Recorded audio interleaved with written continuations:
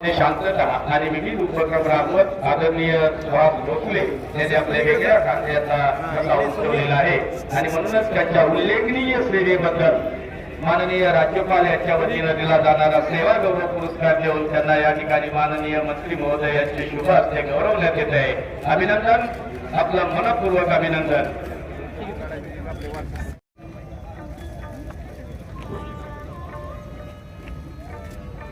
Police दलातील उत्कृष्ट सेवेबद्दल आपल्या सर्वांचा सन्मान, अभिमान आणि शुभ दिनी आपल्याला सर्वांना सन्मानित केले जाते.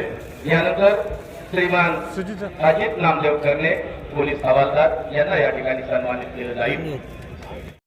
उपाधीक्षक सन्मानित होत आहेत.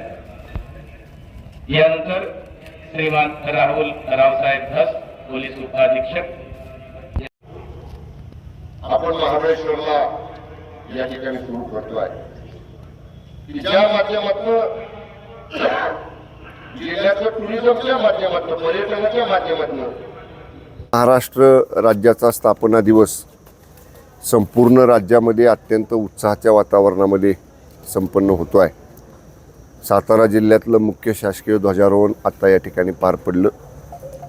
जे विशेष गौरवप्राप्त ग्रामस्थ गावं होती, काही अधिकारी कर्मचारी होते, त्यांचा गौरव आपण या ठिकाणी केला. आणि विशेषतः जिल्ह्याला राज्यामध्ये अग्रेसर कसं ठेवायचं या दृष्टीनं आम्ही सगळ्यांनी इथून पुढच्या काळामध्ये पाठीमागं जसे प्रयत्न केले तसेच अधिकचे प्रयत्न करण्याचा निश्चयसुद्धा लोकप्रतिनिधी आणि प्रशासनाने मिळून आम्ही या ठिकाणी केला. जिल्ह्याला एक उज्ज्वल परंपरा आहे. ज्यांनी महाराष्ट्राचा मंगलकर्ज आणला ते स्वर्गीय यशवंतराव चव्हाण साहेब, स्वर्गीय लोकनेते बाळासाहेब देसाई साहेब हे दोन्ही सातारा जिल्ह्याचे सुपुत्र आहेत. आणि त्यांच्या जिल्ह्यामध्ये या ठिकाणी मला पालकमंत्री म्हणून नेतृत्व करण्याची संधी आदरणीय फडणवीस साहेबांनी, शिंदे साहेबांनी, माननीय दादांनी मला दिली. मी निश्चित माझ्या परीनं जिल्ह्यात चांगलं काम करण्याचा आजपर्यंत प्रयत्न केला आहे, इथून पुढंसुद्धा करेन.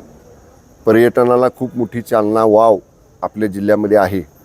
नुकताच कोयना दौलत डोंगरी महोत्सव आमच्या पाटण तालुक्यामध्ये झाला आणि त्याला उदंड प्रतिसाद सर्व लोकांनी, जनतेने दिला. आता उद्यापासून 3 दिवसाचा महाराष्ट्राचा महापर्यटन महोत्सव महाबळेश्वरला या ठिकाणी आपण आयोजित केलेला आहे आणि त्यालासुद्धा अत्यंत चांगला प्रतिसाद राज्यातल्या जनतेकडनं या ठिकाणी मिळेल. शुभारंभाला आदरणीय एकनाथजी शिंदे साहेब येणार आहेत. दुसऱ्या दिवशी महामहिम राज्यपाल CP राधाकृष्णन साहेब येणार आहेत आणि समारोपाला आदरणीय मुख्यमंत्री देवेंद्रजी फडणवीस साहेब आणि एकनाथजी शिंदे साहेब या ठिकाणी येणार आहेत. आपण टेंट सिटी उभा केलेली आहे. फ्लोटिंग मार्केट वेण्णा लेकमध्ये या ठिकाणी केलेलं आहे. पॅराग्लायडिंगची सोय आहे, हेलिकॉप्टर राईडची सोय आहे. प्रतापसिंह गार्डनमध्ये आपण किल्ल्यांचं प्रदर्शन, मुलांनी बनवलेले स्वराज्यातले किल्ले ते बनवलेले आहेत. शस्त्रांचं प्रदर्शन आहे. फूड म्हणजे खाऊ गल्ली ज्याला म्हणतो आपण, फूड मेला, खाद्य जत्रा त्याचं आयोजन केलेलं आहे. 3 तारखेला कार्निवल परेड म्हणजे जशी आपण उत्सवामध्ये करतो तशी महाराष्ट्राची पारंपरिक कार्निवल परेडसारखं एक लोकधारा त्याचंसुद्धा आयोजन केलेलं आहे. आणि खूप चांगलं नियोजन पर्यटन विभागाने केलं आहे. महाराष्ट्रातल्या जनतेनं या पर्यटन महोत्सवामध्ये सहभागी व्हावं अशी या निमित्ताने मी महाराष्ट्रातल्या जनतेला विनंती करतो. मोठ्या प्रमाणात जर पर्यटक येतील तर त्या पद्धतीनं जे काही उपाययोजना असतील किंवा रस्त्याचा जो काही बदल असेल तो या बाबतीत पोलीस प्रशासनाने सर्व नियोजन जिल्हाधिकाऱ्यांनी आणि पोलीस अधीक्षकांनी केलेलं आहे. काही ठिकाणी एकतर्फी वाहतूक करण्याचा निर्णयसुद्धा घेतलेला आहे. 4 ते 5 ठिकाणी वाहनतळ पार्किंगची सुविधा या ठिकाणी केलेली आहे. जिल्हा पोलीस दलातला ॲडिशनल फोर्स तिथं आपण डिप्लॉय केलेला आहे.